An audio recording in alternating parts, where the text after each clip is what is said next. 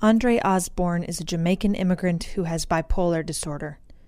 He was detained in New York in 2008 over a 15-year-old drug charge and taken to the Willacy Immigration Detention Center in Texas.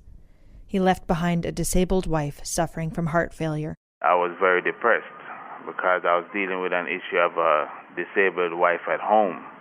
So I was mandatory detention. I had no possibility of receiving a bond. So that kept me very, very depressed, worried about my wife. Osborne's detention center doctor diagnosed him with severe depression.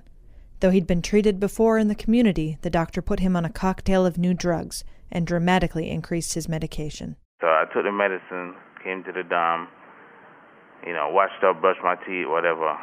Came to my bunk, opened a magazine, started to read like I do every night.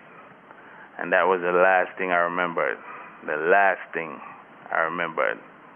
Until I woke up the next day at 4:30 p.m. In those hours of unconsciousness, Andre had fallen face first off the top bunk of his bed, badly injuring his face and eyes. He'd been taken by ambulance to the hospital for stitches, then returned to the facility infirmary. He slept through the entire 19-hour episode. Andre went to the facility counselor looking for answers. When she gave me the times between the actual medical emergency call, the time when I came back to the facility, the time I stayed at the hospital, came back to the facility. I mean, all of this, I'm asking myself only one question. How could I not know all of this?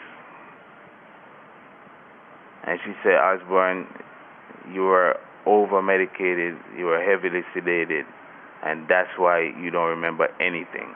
Andre's case isn't unique. Immigrants across Texas's detention centers complain of poor mental health care, from limited access to counseling to persistent over-medication. Andre was one of the lucky ones. He refused further medication, found an attorney, and was released to his wife 2 weeks ago after nearly 2 years in detention.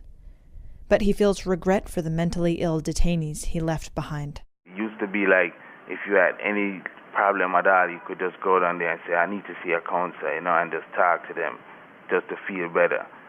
That's it. It's really, really sad right now.